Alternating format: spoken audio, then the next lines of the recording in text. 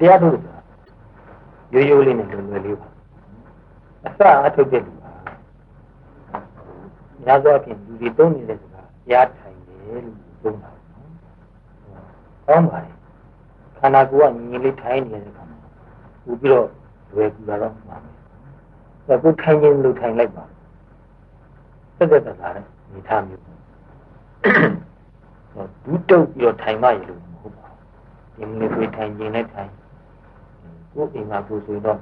ကလထိုင်နဲ့ထိုင်ခြင်းနဲ့ထိုင်ကိုအိမ်မှာကိုဒီမိသားလူမျိုးလို့ရတာအများကြားတဲ့ကြတော့အများကြီးကောင်းအများကိုငဲ့ကြည့်ကောင်းတယ်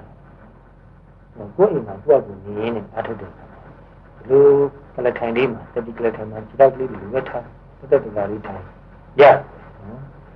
ဒီတက်ပုံကတက်တက်ထိုင်ခြင်းနဲ့ရတယ်တခုပဲရှိတာစိတ်တက်တာလို့မရှိရထွင်နေအိပ်ပျော်ခြင်းဖြစ်သွားတတ်တယ်အဲ့ဒါတခုပဲပြောရရှိတယ်အဲ့တော့ရထွင်နေအိပ်ပျော်မသွားလို့ရှိရင်ဘယ်လိုနေနေဘယ်လိုထိုင်တယ်ဖြစ်ဆောင်ရှိအဲ့ဒီလိုထိုင်ပြီးတော့ကိုယ်ခန္ဓာကိုယ်မှာဖြစ်နေတာလောလောကူကူနဲ့သိလို့ရတာထင်ရှားတာသိလို့အဲ့ဒီအာယုံတစ်ခုခုစိတ်ကလေးနဲ့ကပ်ပြီးသိနေတာခန္ဓာကိုယ်မှာဖြစ်နေတယ်အများကြီးရှိပါတယ်ရိုးရိုးလေးပြောမှဆိုရင်အသက်ရှူနေအသက်ရှူနေတာကိုယ့်ကိုပြန်သိလို့ရတယ်အစမှာတော့နည်းနည်းပဲသိတယ်ပေါ်ရန်လေးပဲသိကြည့်ကိစ္စမရှိဘူးဒီလိုနဲ့ပဲစချင်း perfect ဖြစ်ဖို့ဆိုတာပြည့်စုံမှုဆိုတာမလွယ်ပါဘူးအစမှာသိပြီးတော့ perfect ဖြစ်အောင်ကြိုးစားလိုက်မလုပ်ဖြစ်တော့လုပ်ရတာခက်ခဲလို့နဲ့ထင်ပြီးတော့မလုပ်ဖြစ်တော့အဲ့တော့အစမှာလွယ်လွယ်လေးနဲ့ရတဲ့လောက်ပဲလုပ်ပါလုပ်ဖြစ်သွားဖို့အရေးကြီးဆုံးပါအသက်ရှူနေတာမှာစိတ်ကလေးကိုစားထားလိုက်တချို့ကတော့လွယ်ကူအောင်ဆိုတော့အသက်ကိုရှည်ရှည်ပြင်းပြင်းရှူဖို့မာလေးရှိကျွတ်စရာတောင်းပါလေအစမှာရှည်ရှည်နဲ့ပြင်းပြင်းရှူဖို့ပြီးဝင်ပိုးလွယ်တာအမတန်ပြန့်လွင့်နေတဲ့စိတ်ကသူ့ကိုတည်ငြိမ်လုပ်ရမယ်ဆိုရင်သိမှုတဲ့အာယုံရုပ်ပြတ်သူယူနေအာယုံမထင်ရှားသူကြောင့်ပြန့်လွင့်သွားတာလေအစမှာပြန့်လွင့်မှုနည်းအောင်ဆိုရင်သိတာလွယ်တဲ့ထင်ရှားတဲ့အာယုံတစ်ခုအသက်ရှူတဲ့ပုံမှာရှည်ရှည်စတာနေသုံးသွားတဲ့အထိနာသီဝနာထိလို့တိုးလို့ဝင်သွားတဲ့နေရာလေးမှာစိတ်ကိုထားပြီးအဲ့ဒီထိတဲ့အာယုံလေးကိုသိနေပုံတရားကိုအာယုံမဆက်ရဘူးပြညတ်ကိုအာယုံမဆက်ရဘူးထွက်တယ်ဝင်တယ်ဆိုတဲ့စကားလုံးသုံးဖို့မလိုဘူးသုံးခြင်းတော့သုံးပါဒါကမလိုဘူးမသုံးမနဲ့သိရတာပိုကောင်း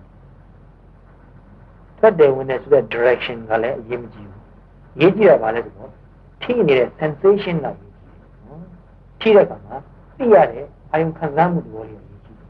ဝင်လာတဲ့လေမှာနည်းနည်းအေးတဲ့သဘောရှိတယ်သူပြင်ဒီလိုအေးတဲ့ຢာကြီးမှာပိုသိတာလေရေးတယ်အေးတာလေးကိုပြီးဖို့ထွက်တဲ့လေဟာနည်းနည်းနွေးတဲ့ထွက်လာတဲ့အခါနွေးတဲ့သဘောလေးကိုပြီးတာမာမြအသက်ရှင်နေတယ်လို့ပြီးနေအောင်လည်းမရသေးဘူးအေးတဲ့သဘောလေးနွေးတဲ့သဘောလေးဒီမှာသူကပူပြီးတော့အာယုံရဲ့သဘာဝနဲ့စိတ်နဲ့ထိထိမိမိရှိပြီးတော့ထိတဲ့နေရာမှာဝိညာဉ်သဘောလေးရှိလေးနဲ့ကိုယ့်ကိုပုတ်အာယုံခံစားမှုသဘောတစ်မျိုးရှိအေးတာတွေမကောက်ဘူးရွက်တယ်မကောက်ဘူးနောက်တစ်မျိုးရှိတယ်touching sensation ရှိအဲ့ဒီ touching sensation လေးကိုသိနေဘူးထိတဲ့အာယုံဝိညာဉ်လေးအင်တာပြော့တဲ့အရာလေးတစ်ခုနဲ့လာတို့လေဆိုတာဝိညာဉ်ရဲ့သဘောရှိနော်ပြော့တဲ့ဝိညာဉ်နဲ့အရာလေးနဲ့လာတို့လိုက်တယ်ခံစားရတဲ့သဘောရှိတယ်အဲ့ဒီသဘောလေးကိုလည်းစိတ်ကပြီးဘာမှမဖြစ်ဘူးလေနော်ဒီစိတ်ဒီအာရုံလေးမှာစိတ်ကလေး10မိနစ်နေတယ်ဆိုရင်အဲ့10မိနစ်ကအများကြီးချင်းအနားယူလိုက်ရတယ်ဟိုအဒီကအများကြီးတွေးပြီးပြန်မနေတဲ့အချိန်ခဏလေးထိုင်ပြီးအသက်ရှူတာလေးနေတာဟုတ်နည်းနည်းတက်တာပြီးတော့အသက်ရှူတဲ့အခါမှာခန္ဓာကိုယ်ကလှုပ်တယ်ဒါကိုပဲဖောင်းနေပိန်နေလို့နာမည်တက်တာနော်တက်ချင်လို့တက်နာမည်တက်တာအရေးမကြီးဘူးနော်ပိန်နေပူတယ်လို့တချို့အရင်ကနာမည်တက်ဘူးလေနော်တိုးလာတဲ့ရော့သွားတယ်လို့နာမည်တက်တယ်မရှိဘူးနာမည်တက်တာအရေးမကြီးဘူးနာမည်တက်နေဖို့လည်းမလို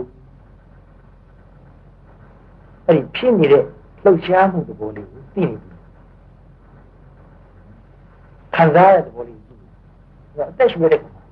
ထဲမှာအ ဆုတ်တယ်မှာလေပြလိုက်လို့ကျွန်တော်ခန္ဓာကိုယ်မှာနည်းနည်းတိုက်ဖြစ်လာတယ်နော်ဒီတိုက်ဖြစ်လာတဲ့ sensation ကိုကြည့်ဖို့လေပြန်ထွက်သွားတဲ့အခါမှာသူကကြော့ relax ဖြစ်တယ်အဲ့ဒီ relax ဖြစ်သွားတဲ့သဘောလေးကိုကြည့်ဓာတ်ရိုက်ခံစားပြီးတော့သိလို့ရတဲ့အာရုံကိုသိရမယ်တွေးနေဖို့မလိုဘူးစဉ်းစားနေဖို့မလိုဘူးနာမည်ခေါ်နေဖို့မလိုဘူးမခဲ့ဘူးကိုယ်ခန္ဓာမှာဖြစ်နေတာသူများခန္ဓာမှာဖြစ်တာပါအဲ့လိုကိုယ်ခန္ဓာမှာဖြစ်နေတဲ့ရိုးရိုးလေးအာရုံလေးမှာစိတ်ကလေးတားလေးထားလို့ရှိရင်အလေးချင်းများလို့ရှိရင်စိတ်မကြောက်စိတ်ကပိုးကအေးချမ်းလာတယ်ငြိမ်သက်လာတယ်ဒီအာရုံမှာနေတယ်ဒီအာရုံရဲ့သဘာဝပိုထင်ရှားလာတယ်နောက်ဒီလိုနဲ့တရားထုတ်တဲ့လေးချင်းများလာလို့ရှိရင်အသက်ရှူတာပြီးပြီးတိမ်မိသွားတယ် natural ဖြစ်သွားမှာတမင်ကလှုပ်ပေါ်ရှူနေတာတာရှည်လှုပ်နေတာရှည်လို့မောတာတာရှည်တမင်ကလှုပ်မယူပဲနဲ့သူအလိုလိုဖြစ်နေတာလေးကိုဒါသိနိုင်လာတယ်နော်ဖြည်းဖြည်းလေးပုံမှန်လေးပြတ်သူရှူနေတာကိုသိလာတခါကလေးအလိုလျောက်သဘာဝအတိုင်းပဲသက်ရှူတာရှည်တတ်တယ်ပြင်းပြင်းထန်ထန်ရှူတတ်တယ်ခန္ဓာကိုယ်ကသဘာဝသူပြောင်းလဲသူ့လိုတယ်တခါကလေးသူ့သဘာဝအတိုင်းပဲသက်ရှူတာနေဆိုတော့အင်တန်သိမ်မွေ့သွားတယ်ရှိတယ်သူ့အလိုတိုင်းပဲသွားပါစေလိုက်သိနေဖို့ပဲလို့ဒီနေ့သိမ်မွေ့သွားရင်ပိုးကတိထားလိုက်သိလားနော်အဲ့ဒါလိုပဲအသက်ရှူမှုကြောင့်လှုပ်ရှားနေတဲ့သူကလည်းပဲအသက်ရှူတာကြာရင်လှုပ်ရှားတာကြာတာအသက်ရှူတာသိမ်မွေ့သွားရင်လှုပ်တာလည်းသိမ်မွေ့သွားတာပိန်တာဖောင်းတာသိမ်မွေ့သွားတာအဲ့တော့ဒီလှုပ်နေတဲ့သဘောလေးသိမ်မွေ့သွားရင်လည်းဒီသိမ်မွေ့တာလေးကိုပဲလိုက်ဆိုသိနေတယ်လှုပ်နေဆိုတာဘာရောက်တဲ့သဘောပါပါသူ့ငကိုတိုင်းဖြစ်နေကိုကတမင်ကဖန်တီးတာမဟုတ်ဘူးသူ့ကိုတွေးเสียကြံเสียမလို့မတွေးဘဲနဲ့မကြံမနဲ့သိရတယ်အဲ့တော့ကိုသိရမယ့်အာယုံဟာလုံးဝမတွေးဘဲနဲ့မကြံမနဲ့သိရတဲ့အာယုံဖြစ်မှာတွေးနေကြံနေရရင်စိတ်ကအလုပ်များတယ်လှုပ်ရှုပ်အလုပ်ရှုပ်နေလို့ကောင်းဘူးအလုပ်ကတစ်ခုတည်းလုပ်ရတာကောင်းတွေးတာကြံတာမပါဘူးနဲ့အလိုအလျောက်ခန္ဓာကိုယ်မှာဖြစ်နေတာကိုအတားလေးနဲ့သိနေနေနဲ့အလေးကျင့်နေလို့ဟောထိနေတာလည်းအများကြီးရှိတယ်နော်အခါအားလျော်ဆိုတာစိတ်မပြတ်လို့အာယုံကိုပြောင်းပေးအာယုံအပြောင်းလဲရှိတဲ့ကြောင့်စိတ်ကတမျိုးအလားဖြစ်လာလို့ကြားလာစိတ်ကအာယုံတစ်ခုတည်းမှာကြာကြာထားတဲ့ကောင်မှာတစ်ခါတလေနှီးသွားတယ်ရှိနော်အရသာတော့တမျိုးရှိတယ်အိတ်ချင်လူပါလို့စိတ်ကငြင်းတော့နှီးသွားတချို့အဲ့ဒါကိုပဲရတာအဲ့ဒါကိုသိရတာခံနေတော့တရားမတူတယ်အဲ့လိုနှီးမသွားအောင်အာယုံတစ်ခုပြောင်းပေးလိုက်ရင်နိုးလာတယ်ဘိုးကနိုးကြတယ်ကိုရှိတာထိနေတာတွေကခန္ဓာကိုယ်မှာအများကြီးရှိတယ်နေရာတွေအများကြီး10နေရာ15နေရာလောက်ရှိတယ်ကိုကရွေးမယ်ဆိုရင်ဒီလိုတစ်ခုတည်းမှာကိုပဲအများကြီးရှိတယ်နော်အချောင်းလေးကိုအများကြီးရှိတယ်တစ်ခုစီကိုပြောင်းပြီးအာယုံပြုကြည့်လို့ရှိရင်ထိနေတဲ့သဘောလေးကိုသိရတယ်နော်ထိတဲ့နေရာမှာဝိညာဉ်ရဲ့သဘောရှိခြင်းရှိမယ်မာရဲ့သဘောရှိခြင်းရှိပူရာရှိခြင်းရှိမယ်အေးတာရှိခြင်းရှိဒီထိနေတဲ့သဘောမှာပဲတိကျအာယုံပြုကြည့်လို့ရှိရင် vibration ရှိတယ်ခန္ဓာကိုယ် always vibrating နော်ဘယ်ခါမှတကယ်ငြင်းနေဆိုတာမရှိဘူးတကယ်ငြင်းနေဆိုတာပြောရမယ်ဆိုရင်ဒီကောင်မှပဲငြင်းနေဆိုတာဒါတော့မှ chemical reaction ရှိနေဦးမှာပါနော်ဒီ gain process ရှိတော့ဘယ်အရာဝတ္ထုဖြစ်ဖြစ်သူ့မှာ vibration ရှိတယ် movement နဲ့ vibration ကဘောချင်းခက်စင်တယ်အင်တန်သိမှုကအင်တန်မြန်တာကို vibration ကိုကျန်တမ်းပြီးတော့ rhythm မရှိဘဲနဲ့လှုပ်ရှားနေတာကို movement အမှန်တော့သိမှုဝင်လှုပ်တာနဲ့ကျန်တဲ့လှုပ်တာရှိတယ်အဲ့ဒါလိုခန္ဓာကိုယ်မှာဖြစ်ပေါ်နေတဲ့ movement နဲ့ vibration တွေလည်းစိတ်ကသိနေလို့ရတယ်အဲ့ဒီလောက်တည်းတောင်များနေလို့ရှိရင်လုပ်ပြီးရှုံးမကုန်လားအစမှာတစ်ခုနဲ့ပဲဒီတစ်ခုမှကြာလာလို့စိတ်ကဒီအာယုံကိုထင်ရှားလို့နှစ်ခုတွဲထားလိုက်တာနော်နှစ်ခုတွဲထားလို့ရှိရင်တလဲ့စီဆိုရင်စိတ်ကပိုးပြီးအလားဖြစ်လာဒီလိုအာယုံရိုးရိုးလေးပုံမှာစိတ်အနေကြာလာလို့ရှိရင်တဖြည်းဖြည်းအာယုံရဲ့သဘာဝထင်ရှားလာဒီအာယုံကိုတိတိုင်းအာယုံကတစ်ခုပြီးတစ်ခုဖြစ်သွားတာထင်ရှားလာတိရတဲ့စိတ်ကလေးကိုလည်းပြန်တိလာတယ်နော်အာယုံကတစ်မျိုးတိနေတဲ့စိတ်ကလေးဒါလေးကထင်ရှားလာတယ်နော်တိနေတဲ့သဘောလေးကိုတိလို့ရှိရင်တိနေတဲ့အချိန်မှာတိမှန်တိတယ်မတိတော့ဘဲနဲ့အခုအတွေးနဲ့စိတ်ကလွင့်သွားလို့ရှိရင်လွင့်သွားမှမတိတာအဲ့တော့တွေးတယ်ဆိုတာအကျင့်ပါနေတယ်လို့ကြည့်တယ်တရားဥဒ္ဒကမှာမတွေးရဘူးလို့ဇွတ်ပြညတ်ထားလို့မရဘူးဇွတ်တတ်မှတ်ထားလို့မရဘူး တွေးကိုတွေးမှာပဲတွေးခဲ့တွေးတာလေးကဒါသိ9 မိနစ်လောက်တွေးပဲနေဘူးနံခက်တယ်9 မိနစ်မပြောနဲ့10 မိနစ်လောက်တွေးပဲနေဘူးနံခက်တယ်အဲ့တော့အတွေးကဝင်လာမယ်ဝင်လာတဲ့အတွေးကိုဒါလေးသိလိုက်တာစဉ်းစားနေသိလားစဉ်းစားနေတဲ့အကြောင်းအရာတခုခုလိုချင်တဲ့အကြောင်းအရာဖြစ်ချင်ဖြစ်တယ်တခုခုမချင်တတ်တာလည်းဖြစ်ချင်ဖြစ်ဘယ်လိုအကြောင်းအရာပဲဖြစ်ဖြစ်လိုချင်တဲ့သဘောလေးမချင်တဲ့သဘောလေးနဲ့စဉ်းစားနေတယ်ဆိုတာလေးကိုသိပြီးကိုထားနေရတယ်လေးကိုပြန်လာလိုက်အသာလေးညင်ညင်တသာလေးပဲပြန်လာဘူးနော်ဒီတွေးလာတဲ့အတွက်ကြောင့်သူ့ကိုစိတ်ဆိုးလိုက်ရင်စိတ်ရဲ့အနေထားလေးကပြတ်သွားတယ်စိတ်ကလေးကမာမာလေးကြမ်းကြမ်းလေးဖြစ်သွားတယ်တရားထုတ်တဲ့အခါမှာစိတ်ထားလေးကညင်ညင်လေးရှိတယ်အဲ့တော့အတွေးဝင်လာတဲ့အတွက်ကြောင့်ဒီတွေးကိုစိတ်ဆိုးနေသိလိုက်ပြီးတော့ဒါလေးပဲထားနေကြရင်ပြန်ထားလိုက်လေ့ကျင့်များလို့ရှိရင်ထားနေကြရင်ပဲစိတ်ကနေတာများလာတယ်တခါပြန်ထွက်တာပဲဘယ်လောက်ပဲတရားထုတ်လေ့ကျင့်များတယ်ပြောနည်းနည်းပါတော့စိတ်ပြန်လို့စိတ်ပြောင်းနေတိုင်းသိလိုက်လို့ရှိရင်တရားကပြည့်မသွားဘူးစိတ်ပြောင်းနေတာကိုသိချင်းသိပြီးရင်တရားထုတ်တာနော်ဝိခိတံဝါစိတ်တံဝိခိတံစိတ်တံဒီပဇာနာဒီကိုပြောရတာရှိတယ်ပြောင်းနေတဲ့စိတ်လှူရှားတဲ့စိတ်ကိုသိရမယ်တရားထုတ်ရင်လည်းဘာအကြောင်းပဲတွေးတိုင်းသိနေရင်အဲ့ဒါတရားထုတ်တာပြည့်မသွားဘူးတရားထုတ်တယ်နေတာပဲလို့သဘောပေါက်ဘူးတော့ထိုင်နေတော့မှဒီလောက်ဆိုရင်ဖြစ်လိဖြစ်တာရှိတယ်သူကများတဲ့ကိစ္စလေးကိုသိနေတယ်နော်ထိုင်လို့နည်းနည်းလေးကြာလာရင်ပြင်ကျင်တဲ့စိတ်တော့ဖြစ်တယ်နည်းနည်းညောင်းလာဒီညောင်းလာတာကိုပြင်ကျင်တဲ့ခါမှာချက်ချင်းကြီးမပြင်လိုက်ပဲဒီညောင်းတယ်ဆိုတဲ့အာယုံရဲ့သဘောကိုဒီချက်သိအောင်ကြည့်ပါဒီအာယုံဟာခန္ဓာကိုယ်မှာအမှန်ဖြစ်များပါတယ်ဒါကိုကြည့်ဖို့ရအခွင့်အရေးတစ်ခုသူလည်းပဲခန္ဓာကိုယ်မှာဖြစ်ပြပြောင်းလဲနေတဲ့သဘောတရားတစ်ခုပါတော့ညောင်းတဲ့အာယုံထုံနဲ့ကျင်တဲ့အာရုံဖြစ်လာရှိစိတ်ကသူ့ကိုမနှိမ့်ပြသဘောမကျဘူးဒေါမနတဖြစ်လာစိတ်ကလည်းဆင်းရဲတယ်လို့ဖြစ်လာမခံကျင်ဘူးဒီအာယုံကိုမမြန်ဖြောက်ပြလိုက်ချင်အဲ့လိုဖြစ်လာတဲ့အခါမှာဒီအာယုံခံစားမှုသဘောလေးကိုလည်းသိနေဘူးလေစိတ်ထဲမှာဒီလိုမခံကျင်တဲ့စိတ်လေးဖြစ်နေတာကိုလည်းသိဖို့မြန်ပြင်လိုက်ချင်တယ်တချို့တတိနေလို့မသိဘဲနဲ့ပြင်လိုက်ဘယ်ချိန်မှပြင်ပြီးမှမသိပြင်လိုက်တော့တတိထားလို့ရှိရင်တော့ညောင်းမှသိလာတယ်စိတ်ကဒီအာယုံကိုမကြိတ်မှလည်းသိလာတယ်ပြင်ကျင်တဲ့စိတ်လည်းသိတယ်တခါတလေတော့မပြင်ငြိမ်ငြိမ်လေးထိုင်လို့မဆိုဘူးပြေတော့လည်းထိုင်တယ်ထိုင်နေတော့ထိုင်ပါသိနိုင်ရင်ပိုကောင်းပါတယ်အင်တန်ချင်းချင်းရှားဖြစ်လာတဲ့ညောင်းတဲ့သဘောထုံတဲ့သဘောကျင်တဲ့သဘောနာတဲ့သဘောလေးတွေသိလာတဲ့ခါဒီနဲ့ကားတော့ကြည့်အဲ့လိုကားတော့ကြည့်တဲ့ခါနာမည်တက်ဖို့တော့နာမည်တက်နေတာလုံးရှုပ်တာအစမှာတော့နည်းနည်းပါးအကူကြီးတော့ရတယ်ညောင်းတယ်ဒီမုံနာတယ်နာမည်တက်ပြီးနာမည်မတက်တော့ဘူးဒီခံစားမှုလေးကိုတဲ့တဲ့ဓာတ်ရိုက်ကပ်တော့သိနေဘူးသိနေတဲ့ခါမှာဘယ်ကိုတော့ညောင်းတယ်နာတယ်ဆိုတာတကယ်ကပ်တော့ပြီးတဲ့ခါအရင်တော့ခံစားရတဲ့ဘုံမျိုးဟုတ်တမျိုးပြောင်းသွားတယ်အဲ့တော့အာရုံရဲ့သဘာဝမသိတတိနဲ့သူ့ကိုအတွေ့မပါပဲနဲ့သိနေရဘူးသူ့ကိုတွေးပြီးသိရအတွေ့မပါပဲနဲ့သိနေရလို့ရှိရင်အသိအားကောင်းလာတဲ့ခါမှာရောက်တဲ့သဘောနားတဲ့သဘောပြီးရှိတော်လဲပဲသူ့ကိုမဒေါမနတာမဖြစ်စိတ်မညစ်စိတ်မဆိုးစိတ်မတူစိတ်ကမှစိုးရင်စိတ်လည်းမဖြစ်ဘုမရင်ဟာစိတ်နာနေတော့ကြာငါထိုင်တော့မှဒီနာကြီးကပြောက်ချင်မှပြောက်ပါလို့စိုးရင်လည်းစိတ်ဖြစ်တာအဲ့လိုအတွေးမပါတော့ဘူးအာယုံရဲ့သဘာဝကိုကပ်ပြီးတော့သိနေလို့ရှိရင်စိုးရင်လည်းစိတ်မဖြစ်ဘူးတခါတည်းအဲ့လိုသိရင်နဲ့ပဲညောင်းနာပျောက်သွားတယ်ဒါကြောင့်ချက်ချင်းကြီးပြင်မပြင်မဲနဲ့ညောင်းတဲ့သဘာဝနာတဲ့သဘာဝကိုသိအောင်ကြည့်ပါအင်မတန်စိတ်ဝင်စားစရာကောင်းပါတယ်အတင်းမတော်သိလို့ရှိရင်သိစိတ်ဝင်စားစရာကောင်းတယ်ဒီသဘာဝတရားမှန်သမျှဘယ်သဘာဝတရားပဲဖြစ်ဖြစ်ဘယ်လောက်ပဲရိုးတယ်ဆိုရင်ဆိုစီဦးတော့သူ့သဘာဝကိုတွေးတော့မပါဘူးတကယ်ကပ်ပြီးတော့သိနေရလို့ရှိရင်တကယ်ကိုအောင်းစရာကောင်းတယ်စိတ်ဝင်စားကိုအရင်တော့သိထားတယ်မတူဘယ်အရာဖြစ်ဖြစ်တယ်သိလို့လည်းကောင်းတာတယ်အတိမပါမယ်တတိနဲ့ကားတော့တစ်ဆက်ထည့်ပြီးနေတဲ့ကောင်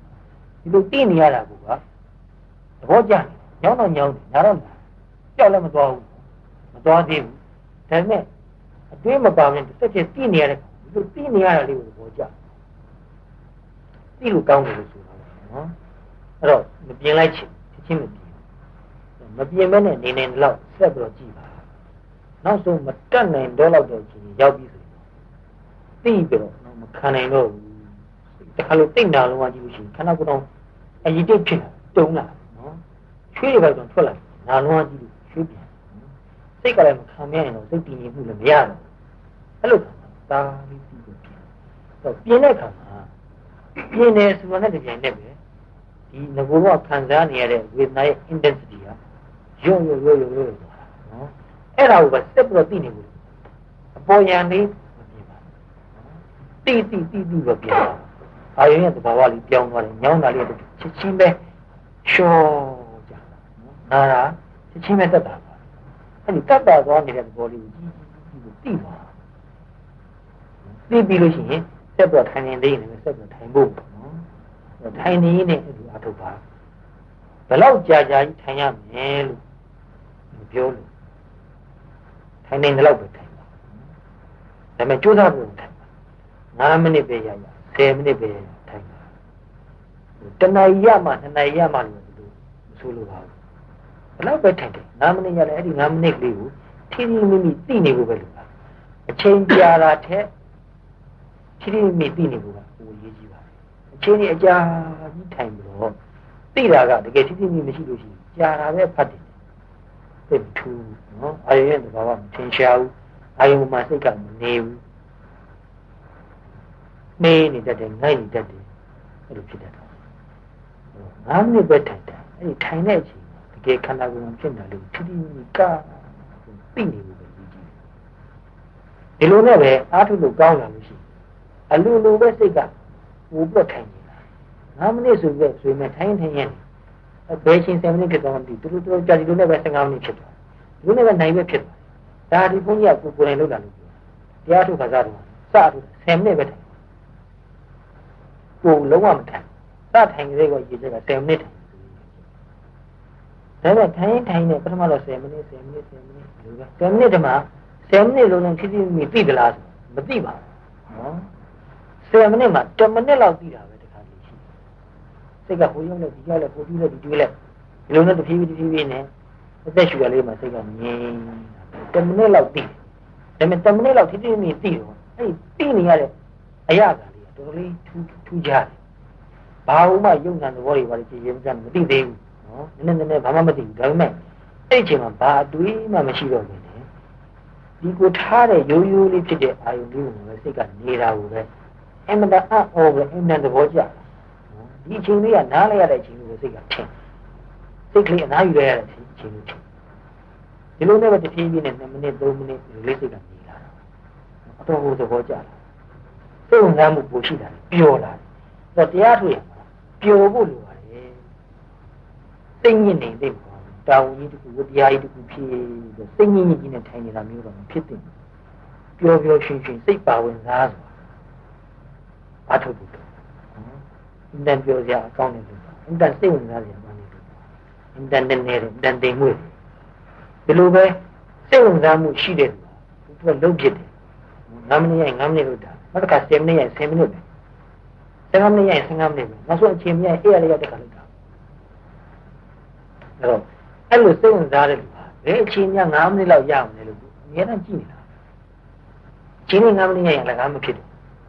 ရောက်တဲ့နေရာမှာဖြစ်တယ်လို့လေးထိုင်ပြီးတော့ကြည့်နေတာပဲ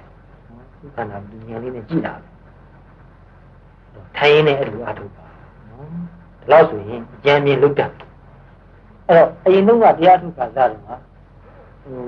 အားပြည့်တဲ့ဆွဲဆောင်တဲ့မိတ်ဆွေဟာလူ့ထုံးကြိုင်သူကထိုင်ပြီးတော့အားထုတ်တာလောက်ကိုပဲရိုးရိုးလေးပြောပြနေတာသူပြောရတဲ့ပဲလုပ်တာနောက်တော့မှသတိပဋ္ဌာန်တရားကိုကြည်ကြည်ပြည့်ပြည့်လေ့လာလာတဲ့အခါတရားဆိုတာထိုင်ပြီးမှအားထုတ်လို့ရတယ်မထိုင်မနဲ့အားထုတ်လို့မရဘူးလို့အရင်ကထင်ခဲ့တဲ့အထင်ပြောက်သွားတယ်တရားဟောတာကိုကြည့်တော့လမ်းလျှောက်နေတရားထုတ်လို့ရတယ်ဆိုတာပါတော့နော်ကြားဘူးကြမှာပါအဲ့တော့ပထမတော့နေရာတနေရာမှာစာဝတ်နေကျေတဲ့နေရာကိုတကားလည်းတွားနေတယ်လမ်းလျှောက်ရင်အားထုတ် လမ်းလျှောက်တဲ့အခါမှာအာယူကခြေတော့ကိုရှေ့ကိုတွန်းပို့လိုက်တာစိတ်ကတိပြီးတွန်းတယ်ဒီလိုတွန်းပို့ရင်းနဲ့မိမိရဲ့အဝတ်စားနဲ့အသားရည်နဲ့ထိပြီးတော့ပုတ်ပြီးသွားတယ်နော်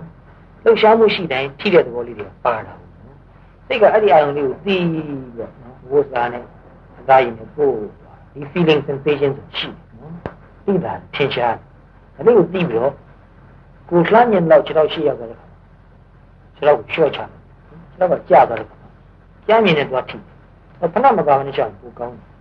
sensation ကပိုထင်ရှားတယ်နော်နည်းနည်းကြမ်းတမ်းတဲ့နေရာအခုအထိတ်ကလေးပြုတ်ကလေးရှိတဲ့နေရာမှာရှောက်ပြီးပိုတော့တိလို့ကောင်းတိလို့လွဲတယ်နော်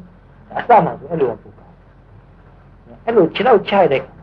ခြေတော့မှတွေ့ရတဲ့ sensation ကိုစိတ်ကသိ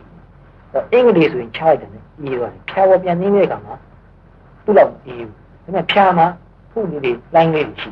တယ်ဒါလေးကိုလည်းသိခံစားရတဲ့အာရုံရဲ့သဘောမတူဘူးအဲ့တော့ထိတယ်လို့သူသိရုံတော့မဟုတ်ဘူးခံစားရတဲ့အာရုံရဲ့သဘာဝမတူနေတာကိုလည်းပဲသတိပြုမိဖို့အဲ့ဒါမှပိုးပြီးထိထိမိမိရှိမှာအဲ့တော့အဲ့လိုလှမ်းရင်းနဲ့တလှမ်းလှမ်းနေအာယူပြီးတွန်းလိုက်တာခြေတော့ကဒါလေးချော့ချလိုက်တာထိတဲ့ခါမှာသိတာနောက်တလှမ်းကြွလိုက်တာအာယူပြီးကြွလိုက်တယ်အားနဲ့တွန်းပို့လိုက်တယ်ချလိုက်တယ်ဒါလို့စကားနဲ့လိုက်ဆိုဖို့မလိုဘူးစကားနဲ့လိုက်ဆိုရင်အလုပ်တွေများပြီးရှုပ်လမ်းတော့မလျှောက်တတ်တော့ဘူးရှုပ်အဲ့လိုမဟုတ်ပဲနဲ့ကိုမှန်မှန်လေးပေါ့လေတိတ်အမြန်ကြီးလည်းမဟုတ်ဘူးတိတ်အနှေးကြီးလည်းမဟုတ်ဘူးမှန်မှန်လေးရှောက်ရင်ကလေတိတ်လို့ရှောက်ရတယ်နော်နောက်တော့အဲ့လိုရှောက်တာတက်လာနှစ်ခုတက်လာနော်အဲ့ဒီအချိန်မှာဒီနှစ်ခုပဲတက်တယ်ရတော့နောက်မှဆရာတော်ကြီးနဲ့တွေ့တယ်ဆရာတော်ကြီးအဆက်ဆက်အမြဲတမ်းနေနေဖို့ဆိုတာတေးစိတ်သင်ပေးလာတယ်နေရာမျိုးအချိန်မျိုးတတိနဲ့နေတဲ့အချိန်တွေရလာနော်စားရင်တော့ရင်တတိနဲ့စားတတ်စားနေတာကိုသိတယ်စားတော့ကိုမြင်ရတယ်မြင်ကြတဲ့ကဒီစားတာဒီစားခြင်းလားမစားခြင်းလားဆိုတဲ့စိတ်ကဖြစ်လာတယ်ဒါလေးတော့မဆိုးဘူးစားခြင်းတော့အစားတော့ကိုပြင်းတယ်ယူတယ်တက်တဲ့ခွန့်လိုက်တယ်တဖြည်းဖြည်းချင်းဝါတယ်ယူချလိုက်တယ်အဲ့ဒါတွေကိုတက်နိုင်တဲ့လောက်စားတော့ရဲ့နတ်ရလာပြီးဘူးလက်ကနှားယူတဲ့ရွေ့ရှားတဲ့သဘောလှုပ်တဲ့သဘောကိုသိဘူးစကားလုံးသုံးခြင်းအစမှသုံးကိစ္စမရှိဒါပေမဲ့စကားလုံးသုံးဖို့မလိုဘူးစကားလုံးမသုံးမနဲ့တိုက်ရိုက်သိဘူးနော်အမြဲတမ်းအဲ့ဒါကိုသိထားဘူးလားတိုက်ရိုက်ထိတွေ့ခံစားလို့ရတဲ့အာယုံကိုတိုက်ရိုက်သိနေဖို့စကားလုံးမသုံးမနဲ့သိလို့ရှိရင်သိမပင်ပန်းဘူးပူတောင်တက်တာလွယ်ကူတယ်စကားလုံးသုံးတဲ့အကျင့်ပါနဲ့လို့အိမ်မှာနေရင်ထိုင်သွားရင်လုပ်ရင်ကန်ရင်လုပ်တဲ့ခါမှာစကားလုံးကိုတုံးနေရတဲ့ကြောင့်လုပ်ကြီးရှုပ်တော့ကြားတော့မလုပ်ချင်ဘူးတောင်ကြီးတစ်ခုလိုဖြစ်လာစကားလုံးကိုမတုံးမဲ့နဲ့အလိုက်တင်ဒီကပ်ပြီးတော့တိတတ်တဲ့လူကပ်ပြီးတော့တိပြီးတော့လောက်ရတဲ့ကြောင့်သူ့မှာအလုပ်လက်ပုံလာတဲ့ဒီပုံတော်မှအေးအေးဆေးဆေးတည်တည်ငြိမ်ငြိမ်လုပ်လို့ရပုံတော့ပေါ့ပါလားပုံတော့ပြောလာဘယ်အလုပ်ပဲလုပ်လို့စကားလုံးမတုံးတော့ဘဲနဲ့ဒီနဲ့ကပ်ပြီးတော့လုပ်လာလို့ရှိရင်အလုပ်ကပူပြီးလို့လာရှောင်းပူတော့ပေါ့ပါတယ်တက်တာအဲ့တော့ဘုရားဟောမှာအင်တန်ကျေပြတ်ပါတယ်နော်ဟောတာဒီအတိတိပိတိသာယိတေခာယိတေဆိုတော့အများကြီးဟောတာအဲ့တော့ဒါတွေကိုလုတ်တိုင်းရွေ့ရှားတာလှုပ်တာထိတာသိနေတာဒီကြားထဲကစိတ်ကဟောတာတွေတွေ့အဲ့တော့တွေ့ရင်လည်းပဲတွေ့ရတယ်အာစိတ်မဆိုးပါနဲ့စိတ်မပြတ်ပါနဲ့ဘယ်နဲ့ကြိမ်ပဲတွေ့ကိစ္စမရှိလိုက်တိပါသိရှိဖို့တန်လို့ဇုတ်အတင်းကြပ်ဖန်တီးယူလို့မရဘူးတတိကောင်းနိုင်သူ့အလိုလိုပဲအကောင်းဆုံးဖြစ်လာတာဆိုတော့ဖြစ်တဲ့နေရာအားလုံးကိုသိရမှာဆိုတော့တွေးလည်းပဲအဲ့ဒီတွေးတာကိုသိရမှာလောဘဖြစ်เสียတွေးလောဘဖြစ်เสียတွေးနေတယ်ဆိုတဲ့ဘောကိုသိရမှာနော်တရာကံဝစိတ်တန်တရာကံစိတ်တန်တိပဒါနာတိလို့ပြောတာလောဘရင်လောဘဖြစ်သောစိတ်ကိုလောဘရင်လောဘဖြစ်သောစိတ်ကိုသိရင်ကိုပြည့်ရမတောင်းကြည်ပြီးလို့ဆိုတာသူ့တဘာဝကိုသိချာသိအောင်သိချာကြည့်ပါဒီလူချင်းတဲ့စိတ်ကလေးကဘယ်လိုနေလဲအာယုံနဲ့နှစ်တဲ့သဘောကြတဲ့အာယုံနဲ့မှတဝဲလဲနေတယ်ဒီဟာနဲ့ပတ်သက်ပြီးစဉ်းစားနေတယ်တွေးနေတယ်မရသေးတာဆိုတော့ရအောင်ဘယ်လိုလုပ်ရမလဲဆိုတော့စဉ်းစားတယ်ရပြီးသားဆိုရင်လည်းဒီအာယုံလေးကိုဘယ်လိုခံစားရမလဲစဉ်းစားမျိုးမျိုးတော့တခြားစိတ်တွေလည်းပဲဒီလိုပဲဘယ်လိုစိတ်ပဲဖြစ်တဲ့စိတ်ရဲ့သဘာဝတေချာကြည့်ပါ သူ့တဘာဝကိုအမှန်တိုင်းသိဖို့ကကိုယ်အရေးကြီးပါတယ်သူ့ကိုပယ်ပြစ်ဖို့နောက်မှသူ့အလိုက်သိလေးဖြစ်သွားမှာပါသူဖြစ်တဲ့အခါမှာသူအလိုလိုဖြစ်သွားမှာ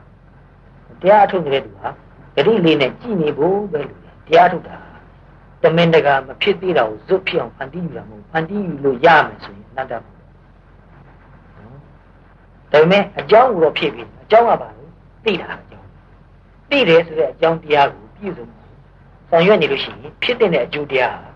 ဟာသူ့ဟာဖြစ်လာတယ်ဒီသိတာတော့မှဘူးလို့မဖြစ်ဘူးမ24နိုင်လို့သိအောင်နေနေဆိုလို့မရအောင်ကြားတဲ့စိတ်ကနေထွက်သွားတာပဲဒီသိတာကိုပဲတတိလေးနဲ့ဝိရိယလေးနဲ့သူ့ကိုပဲပြန်ပြီးအကျင့်ဖြစ်အောင်လုပ်ရတာဘယ်လို့ဖြစ်ဖြစ်အကျင့်ဖြစ်လာရင်ဖြစ်ဖို့ရပိုလွယ်ကူလာတယ် nature ဖြစ်လာတယ်နော်အလုပ်ကျင့်ပဲ habit is second nature ဆိုတာကြားဘူးလေနော်တတိနဲ့နေတာကိုပဲအကျင့်ဖြစ်အောင်လုပ်တာအကျင့်ဖြစ်လာရင်ဘုရားအဖြစ်များလာတယ်တတိကလေးလွတ်သွားနေရင်စိတ်ကလေးကနည်းနည်းမရှင်းလို့ဖြစ်လာတယ်လေးလံလာတယ်ပြမလာတယ်တတိဝင်နေပြီနဲ့ချက်ချင်းပဲရှင်းပဲပေါ့ပါလာတယ်နော်တော့အလက်ကျင့်များတဲ့လူကဒါကိုသိတယ်စိတ်ရှုပ်လာရင်စိတ်ကိုပြန်ကြည့်လိုက်ရှင်းသွားတယ်ဒါကဟောတက်တာနော်တော့အလက်ကျင့်များတဲ့လူက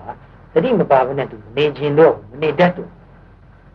တတိလည်းနေရတာတက်တာပေါ့ပါလေကြည့်နေရှင်းနေချမ်းသာတယ်တတိနဲ့မနေရလို့ရှိရင်လေးလံလာတယ်ပြန်မလာတယ်ရှုပ်လာတယ်ထိုင်မိုင်းလာတယ်ကြည့်နေတော့ဆင်းရဲတဲ့သဘောရှိတယ်တတိနဲ့နေလို့ရှိရင်ဆင်းရဲတာတက်တာတယ်အဲ့ဒီသဘောနှစ်ခု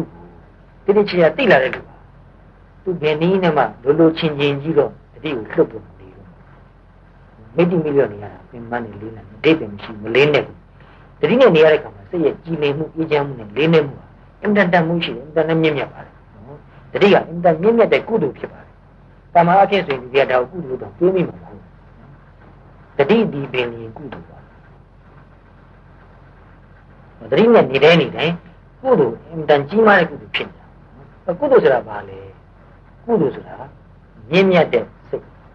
စိတ်ရဲ့ quality ပဲနော်ကုသိုလ်ဆိုတာစိတ်ရဲ့ quality မြင့်မြတ်တဲ့သဘောရှိတယ်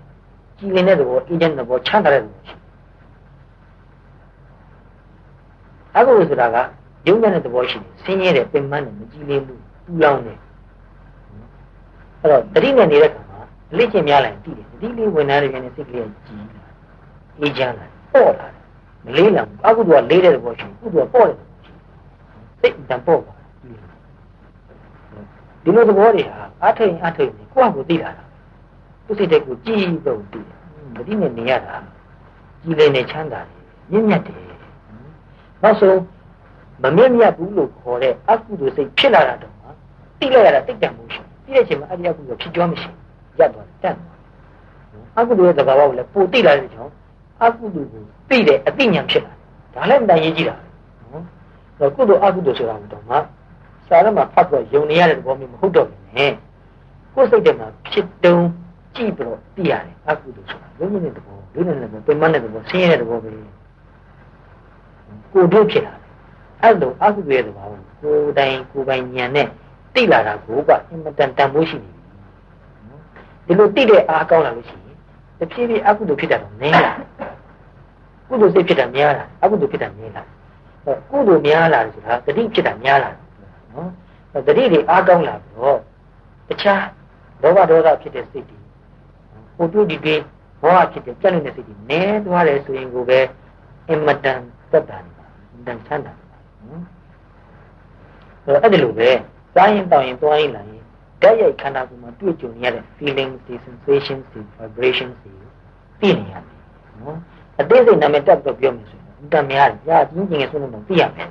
ကြီးကျင်ငယ်ဆုံးလို့မှခန္ဓာကိုယ်မှာပြန်ကြည့်ရင် feeling ရှိတယ်နော် movement တွေရှိတယ် sensations တွေရှိတယ်နာမှုတွေအများကြီးရှိတယ်အင်တန်သိတာလည်းအင်တန်ထင်ရှားပါတယ်နော်အဲ့လိုအခြေမျိုးမှာတော့မှအလဟတ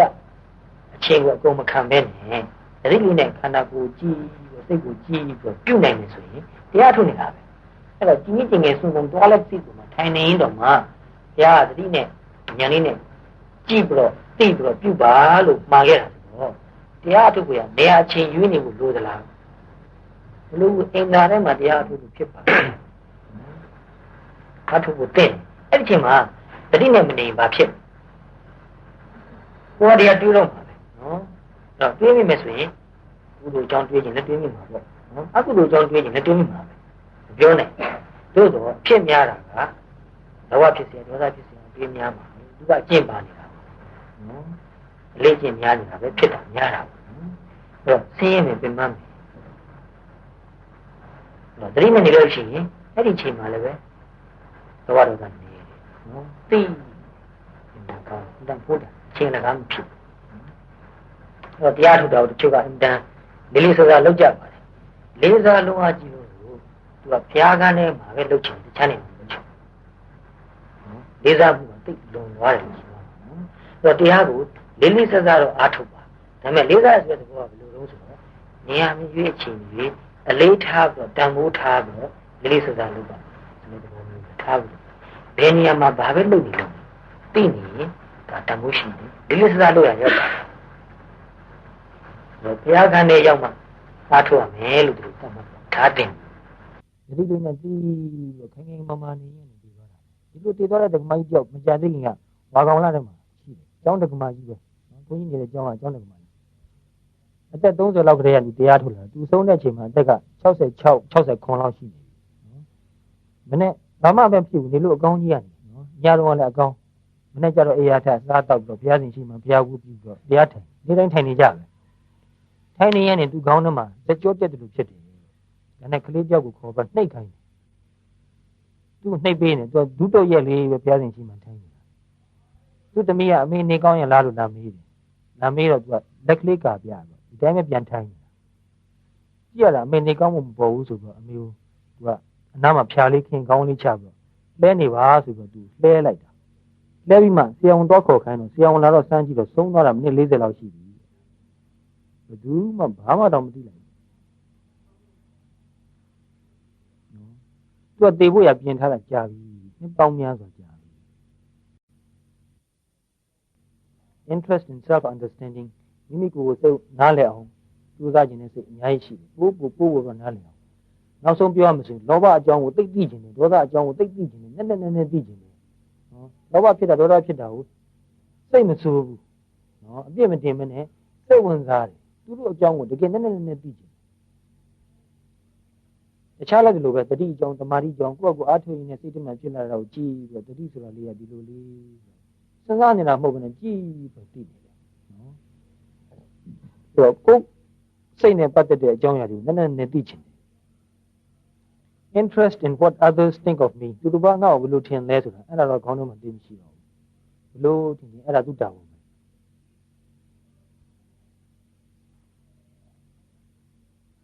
interest in achieving material success in life ဆိုတာအထက်ကနေခတ်စင်စင်ပဲနော်သိမတူ acceptance of others အဲ့ဒါသိရင်သူတို့ဘာကိုလက်ခံနိုင်တာနော်ကိုလက်ခံနိုင်မှာသူတို့ဘာကိုလည်းလက်ခံ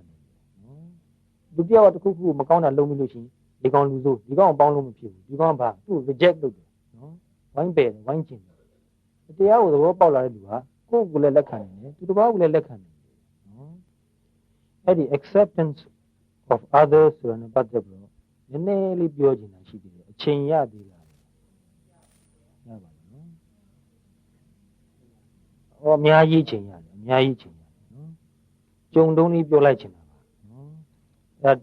လူရင်းလေးတွေကိုဒါတူတူလေးတွေပြောသွားတာနော်ဒီချက်တွေကိုဉာဏ်ကြီးနဲ့အေးအေးဆေးဆေးပြန်ပြီးတော့စဉ်းစားပါနော်အမှန်တန်အရေးကြီးတဲ့လူရင်းလည်းဖြစ်တယ် simple လည်းဖြစ်ပါတယ်နားမလည်နိုင်စရာမရှိပါဘူးနော်အဲ့ဒီ acceptance နဲ့ပတ်သက်ပြီးတော့ပြောရရင် we cannot change anything unless we accept it we cannot change anything unless we accept it anything ဆိုတာကိုယ်တဏ္ဍာမှာဖြစ်တာနော်သူတစ်ပါးတဏ္ဍာမှာဖြစ်တယ်လည်းအပါဝင်ပဲနော်လက်မခံသေးတဲ့၍သူ့ကိုပြောင်းလဲဖို့ရမတတ်နိုင်ဘူးနော်ကိုယ်စိတ်ထဲမှာလောဘဖြစ်လာတယ်ဆိုတော့ဒေါသဖြစ်လာတယ်ဆိုတော့နော်တခုခုဒါကတော့ဖြစ်နေကြပါလောဘဒေါသဆိုတာအဲ့ဒါကိုအေးအေးစစ်စစ်ကြည့်ပါနော်စိတ်မဆိုးပါနဲ့စိတ်မပြစ်ပါနဲ့ reject မလုပ်ပါအပြစ်မတင်နဲ့မဝေဖန်နဲ့မရှုံချပါနဲ့လောဘပဲဖြစ်ဖြစ်ဒေါသပဲဖြစ်ဖြစ်ဒါလေးကြည့်သူ့ရဲ့သဘာဝကိုသိအောင်ကြည့် condemnation does not liberate, it oppresses ပြစ်တင်တာရှုံးချတာလွတ်လပ်မှုကိုမဖြစ်စေဘူးနော်ပို့ပြီးတော့ဖိနှိပ်ရရောက်တယ်မလွတ်လပ်တော့နော်တော့ကိုယ်တန်တန်မှာဖြစ်ပေါ်လာတဲ့အမှန်တရားတွေကိုတကယ်ဉာဏ်ကြီးကြီးနဲ့တတိကြီးကြီးနဲ့အေးအေးစစ်စစ်ကြည့်နိုင်လို့ရှိရင်သဘောပေါက်လာမယ်နားလည်လာမယ်အဲ့ဒီသဘောပေါက်နားလည်လာတယ်ဆိုတာကဉာဏ်ပဲဒါကပညာပဲနော်အဲ့ဒီဉာဏ်ရှိလာရင်အလိုလိုပဲလောဘဒေါသနဲသွားတယ်သူတို့ကိုကြည့်နိုင်တဲ့အရေးချင်းမြင်နိုင်တဲ့အရေးချင်းသိနိုင်တဲ့အရေးချင်းဟာတဖြည်းဖြည်းတိုးလာတယ်နော်အကြည့်အမြင်ကပိုပြီးရှားဖြစ်လာတယ် focus လုပ်တာပိုပြီးကောင်းလာတယ်ဆိုတဲ့သဘောပဲနော်အေးအေးစစ်စစ်ကြည့်နိုင်မှ focus ကောင်းတယ်အေးအေးစစ်စစ်မကြည့်နိုင်ရင် focus ကမကောင်းဘူး focus ကမကောင်းလို့ရှိရင်ကြည့်ရတာမရှင်းဘူးနော်အဲ့တော့ဘာပဲဖြစ်လာရုပ်ပိုင်းမှာဖြစ်တာပဲဖြစ်ဖြစ်ဝေဒနာပိုင်းပဲဖြစ်ဖြစ်စိတ်ပိုင်းပဲဖြစ်ဖြစ်အဲ့ဒါလေးပေါ်မှာစိတ်ကိုထားတဲ့အခါမှာလိုချင်းစိတ်ဝင်စားမှုအပြည့်နဲ့ကြည့်ပါအဲ့ဒါတရားထုတ်တာပဲမနော်ဘာမှမခက်ဘူးသူ့ကိုအပြည့်မတင်ပါနဲ့နော် condemn လုပ်ပါနဲ့ငါစိတ်ကလည်းလောဘတွေဖြစ်ပြန်ပြီဒေါသတွေဖြစ်ပြန်ပြီငါအကောင်းကိုမကောင်းဘူးတရားထုတ်တယ်ဆိုပါလေဒီစိတ်တွေကဘယ်နှကြောင့်ဖြစ်နေရပြန်တာတော့သူတို့ကြောင့်ကိုငါတရားထုတ်လို့မဖြစ်တော့ဘူးအနှောက်အယှက်တွေကအင်တာများတကူဒီလိုညည်းကြတယ်ပြောကြတယ်တချို့တရားဓမ္မတွေတရားအထုတ်ရလားဘယ်နဲ့နေတုံးလို့မေးလို့ရှိရင်တရားတော့အထုတ်ပါတယ်ဗျာတဲ့တပည့်တို့ကအနှောက်အယှက်တွေကများတယ်စိတ်ထက်ဘာလို့ပြောတာပါလဲနော်နှောက်အယှက်တွေများတယ်ဆိုတော့ဘယ်လိုတရားတွေဘယ်လိုမကောင်းဆိုးရတွေကလာနှောက်ယှက်နေပါလိမ့်မယ်ဘယ်လိုများနှောက်ယှက်တာလို့မေးတော့တရားထိုင်စိတ်ကဟိုဟာတွေးဒီဟာတွေးအတွေးတွေကအမျိုးမျိုးပေါ်တယ်ဗျာလောဘတွေကအားကြီးတယ်တဲ့ဒီလိုတို့ကတော်ကြရင်တစ်ခုခုမကျင်နိုင်ထပြောခြင်းတဲ့နော်စိတ်ကဒေါသတွေကလည်းဖြစ်တယ်တဲ့အနှောက်ယှက်တွေမှများတယ်အဲ့ဒီအနှောက်ယှက်ဆိုတဲ့လောဘဒေါသကိုပဲအေးအေးစီးကြည့်သမ်းပါကြည့်လို့တေချာမြင်နိုင်သူတို့ကသူတို့ပါသွားတယ်အမှန်တော့ကိုယ်စိတ်က react လုပ်နေတာပါနော်မြင်ရတာအမျိုးမျိုးကြားရတာအမျိုးမျိုးတွေ့ရကြုံရတာအမျိုးမျိုးမှာစိတ်ကအများကြီး react လုပ်တယ်စိတ်က react လုပ်တာကိုပြန်ကြည့်လို့ရှိရင်တဖြည်းဖြည်း reaction ကနည်းသွားတယ်နော်တခြားနည်းနဲ့လုပ်လို့မရဘူးသူဖြစ်မှန်သိလို့ရှိရင် reaction နည်းသွားတယ်ပင်ပန်းတယ်ဆိုတာလည်းပဲ reaction များလို့ပင်ပန်းတာပါတွေ့ရကြုံရတာဒီပုံမှာ reaction သိများရင်ပင်ပန်းတယ်အဲ့ဒီစိတ်က react လုပ်တာကိုပြန်ကြည့်ပါလောဘနဲ့ react လုပ်တယ်ဒေါသနဲ့ react လုပ်တယ်မာနနဲ့ react လုပ်တယ်မနာလိုဝန်တိုမှုအိတ်တမစ္စရိယတွေနဲ့ react လုပ်တယ်သူ့ကိုအပြစ်မတင်ပါနဲ့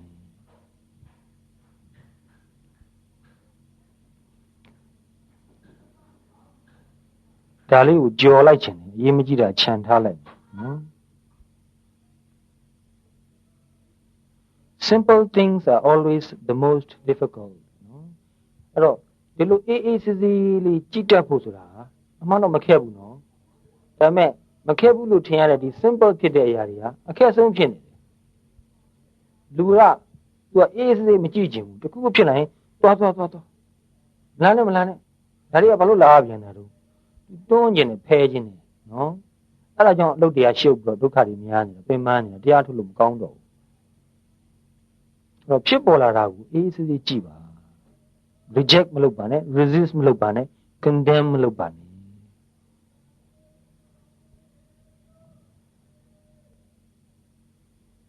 In actual life, it requires the greatest art to be simple. တကယ်လူဘဝမှာ simple ဖြစ်ဖို့ဆိုတာအင်မတန်နည်းနည်းသိမ်မွေ့တဲ့အလုပ်ပဲ greatest art ဆိုတာနည်းနည်းသိမ်မွေ့တဲ့အလုပ်နော်အဲ့တော့သူ့သဘောလျောက်အကြောင်းရှိလို့ဖြစ်ပေါ်လာတာကိုဝင်မဆွဲပဲနဲ့အေးအေးလေးကြည့်ဖို့ဆိုတာ greatest art ပဲ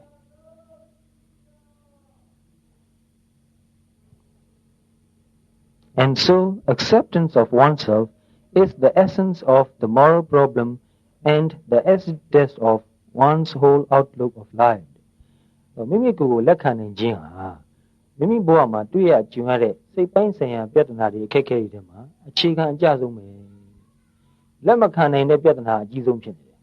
နော် acceptance မရှိတာဟာအကြီးဆုံးပြဿနာပဲ resist လုပ်တယ် reject လုပ်တယ်နော် condemn လုပ်တယ်အဲ့တော့အဲ့လိုမလုပ်ဘဲနဲ့ဖြစ်လာတဲ့ တဘာဝတရားကိုအေးအေးဆေးဆေးလေးကြည်နိုင်လို့ရှိရင်ကိုယ့်ဘဝရဲ့အရေးသွေးကအများကြီးမြင်မာလာတယ်အသိဉာဏ်အများကြီးရင့်ကျက်လာတယ်အဲ့တော့ကိုယ့်ရဲ့ဘဝပေါ်မှာထားတဲ့သဘောထားဟာလည်းပဲဘယ်လိုဟာလဲဆိုတာကိုဒါကိုဖော်ပြလိုက်တာကိုယ့်ဘဝပေါ်မှာထားတဲ့သဘောထားဟာ one of acceptance or rejection ဆိုတာဒီမှာပေါ်လာတယ်ကိုယ်စိတ်ထဲမှာဖြစ်သမျှအလုံးကိုအေးအေးဆေးဆေးကြည့်ပါဒီလိုကြည့်လို့ကိုယ့်ကိုယ်လက်ခံနိုင်လာတဲ့လူဟာသူတစ်ပါးကိုလည်းပဲပို့ပြီးတော့လက်ခံနိုင်လာတယ်နော်သဘောထားပိုကြီးလာတယ်ဆိုတော့ကိုယ်တန်တန်မှာလောဘဒေါသဖြစ်တာကိုကိုယ့်ကိုယ်ကိုအပြစ်တင်ဝေဖန်ရှုံချနေတဲ့သူဟာသူတစ်ပါးတန်တန်မှာလောဘဒေါသဖြစ်ရင်သူဘာလုပ်မလဲအပြစ်တင်မှာပဲဝေဖန်မှာရှုံချမှာပို့တော်ဆိုးတော့မှာနော်ကိုယ့်ကိုယ်မှလက်မခံနေတဲ့သူကသူတစ်ပါးကိုလက်မခံနိုင်ဘူးတော့ကိုယ့်အကြောင်းကိုကိုယ်အမှန်တိုင်းပိုသိလေလေပို့ပြီးတော့သဘောထားကြီးလေလေပို့ပြီးတော့ခွင့်လွှတ်နိုင်လေလေပို့ပြီးတော့လက်ခံနိုင်လေလေပဲနော်သူလဲငါလိုပဲကိုကအခုချိန်မှာလောဘဒေါသတွေနည်းသွားပြီပဲဆိုတော့နော်တစ်ချိန်လုံးကငါလဲအင်တန်လောဘဒေါသမောဟအတ္တမာနကြီးခဲ့တဲ့သူပဲဆိုတာကိုမမေ့ဘူးအဲ့တော့သူတစ်ပါးမှာလောဘတွေဒေါသတွေမောဟတွေမာနတွေအတ္တဆွဲတွေအိတ်တမစရတွေကြီးနေတော့မှသဘောထားကြီးတယ်ခွင့်လွှတ်နိုင်တယ်နော်အဲ့လိုသဘောထားကြီးကြီးနဲ့ခွင့်လွှတ်ပြီးတော့ပြည်လဲလဲပဲဆက်ဆံသွားနိုင်လို့ရှိရင်ဟိုတစ်ဖက်ကလူကလည်းပဲစိတ်ကလေးနူးညံ့ပြီးတော့ပြည်လဲလာတယ်နော်တဖြည်းဖြည်းပြောင်းလဲလာတယ်အော်တစ်ဖက်သားငါ့မှာတဲ့သဘောထားကြီးပါလားနော်အဲ့တစ်ဖက်သားကိုလည်းပဲကိုကသူ့စိတ်ကလေးသူ့ဟာသူသိလာအောင်ဒီလန်လေးပေးပြီးတော့နော်စိတ်ရှိရှိနဲ့သင်ပေးမယ်ဆိုရင်ဘို့လူကတဖြည်းဖြည်းသူ့စိတ်ကိုသူသိလာမယ်ကြာတော့ကြာရနော်တစ်နှစ်ကြာရင်ကြာမယ်နှစ်နှစ်ကြာရင်ကြာမယ်သုံးနှစ်ကြာရင်ကြာမယ်သို့တော့အထူးသဖြင့်ကိုယ့်ရဲ့ family ထဲမှာတစ်သက်လုံးအတူနေရမယ်လို့ဆိုရင်အားလုံးဟာကိုယ့်စိတ်ကိုယ်သိတဲ့လူတွေဖြစ်လာပြီဆိုရင်အားလုံးဟာသဘောထားကြီးတဲ့လူတွေဖြစ်လာတယ်သဘောထားမကြီးတာဘာကြောင့်တုံးဆိုတော့ကိုယ့်ကိုယ်ကိုမသိလို့ပဲနော်ကိုယ့်အကြောင်းကိုကိုယ်အမှန်တိုင်းမသိလို့သဘောထားမကြီးတာပဲကိုယ့်အကြောင်းကိုကိုယ်တကယ်သိပြီးတော့အမှန်တိုင်းသိပြီးတော့လက်ခံနိုင်လာရင်သဘောထားကြီးကိုကြီးလာတယ်ဆက်ဆံရေးအတန်အဆင်ပြေလာတယ်နော်ဒါကြောင့်ဒီတရားကိုအားထုတ်လို့ရှိရင်ဘဝမှာအဖက်ဖက်ကအဆင်ပြေလာတယ်စိတ်အတန်အေးချမ်းလာတယ်တည်မှုလာတယ်တို့မဟုတ်ရင်အိမ်မှာပြောရင်ဆိုရင်လည်းအဆင်ပြေတာလေးတွေကတနည်းနည်းနဲ့အများအားလို့ရှိနေတာတန်ချင်းကအများအားရှိရုံးမှာအလုတ်ကင်မှာပြောရင်ဆိုရင်အဆင်မပြေလို့နည်းနည်းခုနေတာလေးတွေအများကြီးရှိတယ်တယောက်ကိုမြဲတမ်းနေနဲ့တင်းသွားတဲ့စိတ်ကလေးဘယ်တော့မှ तू ကငါ့ကိုဘယ်လိုပြောထားတာတတိယတပြင်းနဲ့တန်ချင်းလေးနဲ့ဝင်အခုချိန်မှာသူ့ကိုစကားပြောမှဆိုမျက်နှာလေးကခတ်တီတီလေးအတန်လေးကခတ်တီတီလေးဖြစ်တော့နုညံ့တဲ့သဘောဖြစ်မလာနိုင်ဘူးနော်ဒါကိုသိနေရင်သိနဲ့တဖြည်းဖြည်းသဘောထားပြောင်းလဲလာတယ်စိတ်အေးလာတယ်စိတ်ထဲမှာတင်ချင်ညော့သွားတယ်နော်ခန္ဓာကိုယ်မှာတင်ချင်ညော့တယ်စိတ်မှာတင်ချင်များလို့ခန္ဓာကိုယ်မှာလည်းတင်ချင်များတာပါနော်အဲ့တော့စိတ်ကတင်းနေတယ်ပင်ပန်းတယ်ခန္ဓာကိုယ်မှာတင်းကျပ်မှုတွေများတယ်ပင်ပန်းတယ်ယောဂတွေအများကြီးဖြစ်တယ်အိတ်မပြောဘူးစားမဝင်ဘူးလူတွေဖြစ်လာတယ်နော်တော့တတိကောင်းလာလို့အဲ့လိုအသိဉာဏ်ရင့်ကျက်လာတဲ့ခါမှာတင်ချင်ညော့လာတယ်နေရထင်ရတာတက်တောင့်တက်တာရှိလာတယ်စားလို့ဝင်တယ်အိတ်လို့ပြောတယ်နော်ပြောရင်ရည်စရာတောင်ဖြစ်နေမှာတချို့တရားဓမ္မတွေကိုခဏခဏမှားတာအ ਨੇ ဆုံးတော့စားကောင်းအိတ်ကောင်းတရားထုတ်ကြပါမြင့်ကြီးမမှန်းရင်ဒီလောက်တော့မှားကြစမ်းပါနော်ဒီလောက်ကလေးမှရင်မှန်းချက်မထားနိုင်ဘူးလားနော်စားကောင်းအိတ်ကောင်းတရားထုတ်ပါဒီလိုနဲ့ပဲတဖြည်းဖြည်းနဲ့စားကောင်းအိတ်ကောင်းဖြစ်လာရင်ဒီတရားထုတ်ရတာတည်းချမ်းသာတယ်ပါလားငါ15မိနစ်လောက်အချိန်ရတယ်အေးလေးငါ relax လုပ်ပြီးတော့ငါစိတ်ကလေးငါရှုမှတ်နေငါခန္ဓာကိုယ်ငါရှုမှတ်နေခန္ဓာကိုယ်မှာဖြစ်ပေါ်နေတဲ့ sensation တွေရှုမှတ်ပြီးနေမယ်ဒီလိုနေကြတဲ့လူတွေခုရှိလာပြီဒီဘုန်းကြီးရန်ကုန်လာတဲ့ဝန်တာစရာတင်းကောင်းလေးတွေကြားနေရတယ်ဟောဘယ်သူတော့ဖြစ်ဘယ်လိုဖြစ်လာပြန်တပည့်တော်ကအင်တာအဆင်ပြေလာပြီဗျာနေရတာစိတ်ကိုချမ်းသာလို့အခုအိတ်လို့လည်းပြောတယ်စားလို့လည်းဝင်တယ်နော်လူတယောက်ဆိုရင်အရင်တော့စားမဝင်အိတ်မပြောဖြစ်ပြီးတော့သူကြမ်းမာရေးသိမ့်မကောင်းဘူးနော်အထူးသဖြင့် stomach ulcer တွေဖြစ်တယ်အခု ulcer လည်းပျောက်သွားပြီဆေးလည်းမတော့ရတော့ဘူး body weight ကလည်း6လအတွင်းမှာပေါင်40တောင်တိုးလို့ဆိုလို့တတိထားအောင်နော်ဒါတော့ကြီးဝါနေတော့မကောင်းသေးဘူးအဲ့လိုဖြစ်လာတယ်သူကတပည့်တော်ဒါစိတ်ချမ်းသာရဲ့စိတ်ချမ်းသာလာတဲ့သင်္ကေတပါတဲ့ဒါကျုံလို့ပြောပြတာပါနော်ဒီလိုပဲတရားရှိမှရင်နဲ့ကျမ်းမာရေးတွေကောင်းလာတယ်ပေါင်းသင်းဆက်ဆံရေးကောင်းလာတယ်စီးပွားရေးကောင်းလာတယ်ရုံးလုပ်ငန်းတွေမှာပြောရေးဆိုရေးဆက်ဆံရေးတွေအဆင်ပြေလာတယ် အစစရရတရားထုလည်းပူကောင်းလာတယ်ရုပ်ဆွာဆုံးအိမ်ကနေရုံးကိုတွားရင်းနဲ့တွားတဲ့လမ်းမှာဘတ်စကားဂိတ်ကိုမရောက်ခင်တတိလေးနဲ့မှတ်ပြီးတော့ရှောက်ပြီးတော့တွားရတာတဲ့နေပူတယ်လို့လည်းစိတ်မညစ်လိုက်မိဘူးလမ်းမှာလူရှုပ်တာကိုလည်းပဲဒေါမနတာမဖြစ်မိဘူး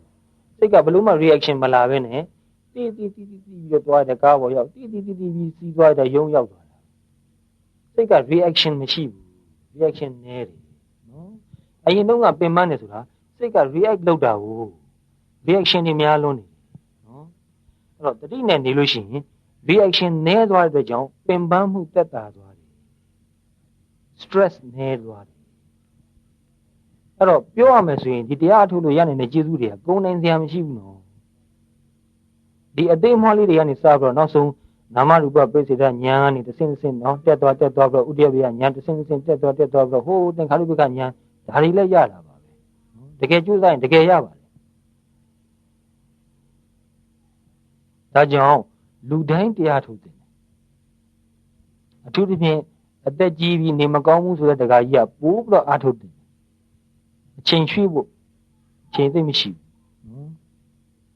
နောက်ထပ်9နှစ်ပဲနေရ10နှစ်ပဲနေရတရားထုတ်တယ်တရားထုတ်ရင်ကျမ်းမာရေးကောင်းလာမယ်နော်တပိတော့ကျမ်းမာရေးမကောင်းလို့တရားမထုတ်နိုင်ဘူးလို့ပြောနေမဲ့အစားလေရတော့လှုပ်လိုက်ရင်ကျမ်းမာရေးတော့ပိုကောင်းလာမယ်ဟိုတနေ့ကပဲအရင်တုန်းကတက္ကသိုလ်မှာဆရာမဖြစ်ဘူးတယ်နော်ဒီဘုန်းကြီးနေခဲ့တဲ့တက္ကသိုလ်မှာဌာနမှုဖြစ်ခဲ့ဘူးတဲ့ဆရာသူလာတယ်အရင်တုန်းကသူနေမကောင်းလို့ဆရာဝန်ခဏပြတယ်ပါဂူကမှ2ယောက်ပူကြီးပြနေရတာပါဂူ2ယောက်ကိုတပြိုင်တည်းပြနေရတဲ့ယောဂသူ့မှာရှိတယ်နော်သူ့အိမ်သူဇနီးကလည်းပဲဆရာဝန်ပြနေရတယ်ပြနေရတဲ့ယောဂကတော့ပြောရရင်တော့နည်းနည်းစိတ်နဲ့ပတ်သက်တဲ့အပိုင်းရှိနေတယ်နော်အဲ့ဒါဒီတခါကြီးအစတရားထုတ်တာပဲသူ့ကိုပြင်မနာမှာတွေ့တာကိုပြန်တွေ့တော့တခါကြီးတရားထုတ်ပါနော်တရားမထုတ်ရင် tension တွေပုံများတော့တခါကြီးယောဂပူဆိုးမယ်နော်အဲ့လိုပြောတော့တော်ပါတယ်သူတရားကိုတကယ်ကြိုးစားတယ်ကြိုးစားပြီးအားထုတ်တော့သူ့ယောဂတော်တက်တာသွားတယ်သူပါရဂူသွားပြကြည့်တယ်သူ့ပါရဂူကစမ်းသပ်ကြည့်ပြီးတော့ယောဂတိုးမလာဘူးတဲ့နည်းနည်းတော့ညော့သွားပြီတဲ့ဆေးကိုတော့ဆက်စားပါဦးမဖြတ်လိုက်ပါနဲ့တရားလည်းအားထုတ်ပါတယ်အဲ့ဒီလိုပဲသူတရားလည်းဆက်အားထုတ်တယ်ရိတ်တာတစ်ခုမှတော်တော်ကြားတယ်တစ်လခွဲလောက်ကြားတယ်နော်အဲ့တရားလည်းဆက်အားထုတ်တယ်ဆေးလည်းသူဆက်ပြီးတော့စားနေတာနော်နောက်တော့ဆရာဝန်သွားပြကြည့်လိုက်ဆရာဝန်ကယောဂတော်တော်တက်တာနေတယ်နော်ဒါပေမဲ့ဆေးကိုနည်းနည်းထပ်လျှော့မဖြတ်နိုင်ဘူးတရားလည်းဆက်အားထုတ်ပါတယ်ဟိုတနေ့ရပဲသူလာတယ်3ရက်ကျော်လောက်ကထင်တယ်နော်တခါကြီးကြက်မကြီးချင်းနေဘယ်နဲ့နေလဲဆိုတပည့်တော့အခုဘာဆေးမှမစားရတော့ပါရဂူသွားပြကြည့်တယ်လားဆိုပြကြည့်သေးတယ်ဆရာဝန်ကဆေးစားဖို့မလိုတော့ဘူးလို့ပြောတယ်နော်အရင်အဲ့လိုပဲစိတ်နဲ့ပတ်သက်ပြီးနည်းနည်းပါးပါစိတ်ယောဂါလို့သူတို့ခေါ်တာပေါ့နော်အမှန်တော့စိတ်မချမ်းသာလို့စိတ်တွေကြောက်ကြီးဖြစ်နေတာပါအိတ်မပြောဘူးအိတ်စိတ်တွေအများကြီးတောက်ရတယ်နော်အိတ်လိုက်ရင်လည်းမှေးကနေခဏနေပြန်နိုးတယ်ပြန်အိတ်လို့မပြောဘူးရင်းနေတုံတယ်စကားပြောဆိုအစင်မပြေတော့ဘူးတယောက်စကားသိမပြောတော့တဲ့အခြေအနေကိုရောက်နေနော်သဘောထားကိုယ်လက်မှုတွေရှိလာတာအဲ့လိုကြောင့်သူ့မှာယောဂါတွေဖြစ်နေတာဆိုတော့အခုသူ့ဇနီးလည်းတရားထုတ်တယ်အဲ့ဒကမကြီးကဘယ်နဲ့တုန်းစီးတွေပါလိစားရသေးလားဆိုဘာစီးမှမစားရတော့အဲ့လိုတော့ပြောရလားဆိုဘာအိတ်စီးမှမတော့ပဲနဲ့အခုအိတ်ပြောတယ်နော်ဘယ်လောက်ကောင်းထားလဲနော်ဒါတွေမကောက်သူ့သားအခုတရားထုတ်နေတယ်သင်္ကန်းဝတ်နဲ့ရပောင်း100အငယ်ဆုံးကလေးတယောက်ကလွယ်လို့တအိမ်လုံးတရားထုတ်ပါတယ်ဗျာအချိန်ရရင်ရတယ်လို့ပေါ့နော်တစ်လှည့်စီတရားထုတ်တယ်ဣဒ္ဓကိုသွားတယ်အိမ်မှာလည်းအားထုတ်တယ်ဘဝတစ်ခုလုံးပြောင်းလဲလာတာမိသားစုတစ်ခုလုံးကနေရတာအဆင်ပြေလာတယ်အသေးစိတ်ပြောမယ်ဆိုရင်တော်တော်နဲ့ကုန်မှာမဟုတ်ဘူးလူရင်းပြောချင်တာကမတက်တက်နဲ့အားထုတ်ပါတက်လာပါလိမ့်မယ်မကောင်းလဲအားထုတ်ပါကြာရင်ကောင်းလာပါလိမ့်မယ်မတိုးတက်ရင်လည်းအားထုတ်ပါကြာရင်တိုးတက်လာပါလိမ့်မယ်ဘယ်တော့မှစိတ်မပြတ်ပါနဲ့နော်အဲ့ဒါလေးကိုစာလေးတစ်ပိုက်ဖတ်ထားတာလေးဘုန်းကြီးကဒီလိုပဲမှတ်ထားလေးအလေးချင်းရှိတယ်ပြီးရင်သူများကိုပြန်ပြောပြတယ်ဟိုတခါကြီးတို့ကြားနေကြတရားလိုမျိုးတော့မဟုတ်ဘူးနော်ကိုတကယ်ကြုံမှုတာလေးတွေကိုတစ်ဆင့်ပြန်ပြောပြရတာနားထောင်ကောင်းရုံမဟုတ်ဘူးနော်စဉ်းစားစရာလေးတွေအဲ့တော့ဒီလူကဘယ်လိုပြောလဲဆိုတော့ if the mind wanders or is distracted စိတ်ကပြန့်လွင့်သွားတယ်ဆိုပါတော့နော် distracted ဆိုတာတခြားအာရုံကိုရောက်သွားတယ်ဆိုပါတော့ wander ဆိုတာဟိုးတတိလျှောက်သွားတာနော် distracted ဆိုတာကကိုထားခြင်းတဲ့အာရုံမှာမနေဘဲနဲ့တခြားကိုရောက်သွားတာတူတူပဲအဓိပ္ပာယ်နော် if the mind wanders or is distracted bring it back to the point quite gently ညင်ညင်သာသာလေးကိုထားနေကြအာရုံစီကိုပြန်ယူလာလိုက်ပါပြန့်လွင့်သွားတာကိုသိတယ်ကိစ္စမရှိဘူးသိပြီးမှကိုထားခြင်းတဲ့အာရုံစီပြန်ယူလာပါထွက်လေဝင်လေပဲဖြစ်ဖြစ်ပိန်တာဖောင်းတာပဲဖြစ်ဖြစ်ထိနေတာလေးကိုသိတာပဲဖြစ်ဖြစ်နော်ကိုထားခြင်းတဲ့အာရုံစီမှာထားပါ and even if you did nothing during the whole of your hour ဒီမှာကတော့သူကတဏှာကြီးထိုင်တာကိုပြောတာဟုတ်နော်အဲ့တော့အဲ့ဒီတဏှာကြီးလုံးမှာတဲ့နော် even if you did nothing during the whole of your hour but bring your mind back 1,000 times though it went away every time you brought it back your hour will be very well employed တဏှာကြီးလုံးတခြားဘာမှမလုပ်ဖြစ်ဘူးစိတ်ပြန့်လွင့်သွားလိုက်ပြန်ယူလာလိုက်စိတ်ပြန့်လွင့်သွားလိုက်ပြန်ယူလာလိုက်နော်စိတ်ပြန့်လွင့်သွားလိုက်ပြောင်းလဲမှန်းသိလိုက်ငကိုအာယုံမှာပြန်ထားလိုက်နော်ပြောင်းလဲမှန်းသိလိုက်ငကိုအာယုံမှာပြန်ထားလိုက်တဏှာကြီးမှာအကျဉ်း1000ပဲလုပ်တဲ့ထားအောင်တော့တဲ့အဲ့တဏှာကြီးကတန်ဖိုးရှိပါတယ်အဲ့တော့စိတ်မပြတ်ပါနဲ့အစမှအင်တန်ခက်တယ် everything is hard before it is easy နောက်ပိုင်းလွယ်လာတဲ့ခါကျတော့ဘယ်လောက်ထိအောင်လွယ်မလဲဆိုရင်တရားကိုအားထုတ်နေရတယ်လို့တောင်မထင်တော့တရားကသူ့ဟာသူအားထုတ်နေတော့တာအဲ့လိုထိအောင်ဖြစ်သွားတယ်စိတ်ကိုထိန်းလို့ကိုမရဘူးလို့ပြောတဲ့လူတွေကနောက်ပိုင်းအလေးချင်းများတဲ့ခါမှာစိတ်ကိုထိန်းစရာမလိုကြည်ရင်နဲ့သိနေတာနဲ့ပဲသူ့ဟာသူပဲဘယ်မှမသွားဘူးအဲ့လိုထိအောင်ဖြစ်သွားတယ်ဒီဘုန်းကြီးလက်လိုပဲတရားထုတ်ခါစားမှာစိတ်ပြက်လောက်အောင်ကိုဖြစ်ဘူးငကိုကအတွေ့အကြုံအများများတဲ့သူငကိုကထင်မိထင်ရတွေဇွတ်တရွတ်လောက်တတ်တယ်အမှားယွင်းနေအများများတယ်နော်တရားထုတ်တော့လည်းပဲဒီလိုပဲစိတ်ကိုမနိုင်ဘူးဟိုတွေးဒီတွေးဟိုရောက်ဒီရောက်ကြာတော့စိတ်တောင်ပြက်လာတယ်ငါအချိန်ဖြုံးသလိုဖြစ်နေပြီထင်တယ်နော်ဒါပေမဲ့ဒီလိုပဲဆက်ပြီးကြိုးစားတယ်ငကိုကိုယ်စိတ်ရဲ့ဝါဒနာကိုကတကယ်တန်ဖိုးရှိတယ်ထင်ရင်လျှော့လိမ့်မရှိဘူးပြစ္ဆုတ်ပံတက်တဲ့မှာမရအောင်ကြိုးစားပြီးထားတာကြာတော့အလေးချင်းရတော့လွယ်လာတယ်မခက်တော့ဘူးအခုတော့တရားထုတ်တာမခက်တော့ဘူး natural ဖြစ်နေတဲ့သဘောမျိုးဖြစ်သွားတယ်နော်အဲ့တော့မတက်လည်းပဲအားထုတ်ပါမကောင်းလည်းပဲအားထုတ်ပါမတိုးတက်လည်းပဲအားထုတ်ပါနော်ကိုယ်အိမ်မှာကိုယ်အိမ်နဲ့နှိစက်တဲ့တနေရာမှာရိတ်တာတို့ဘာလို့ရှိတတ်ပါလဲနော်သွားပြီးတော့အားထုတ်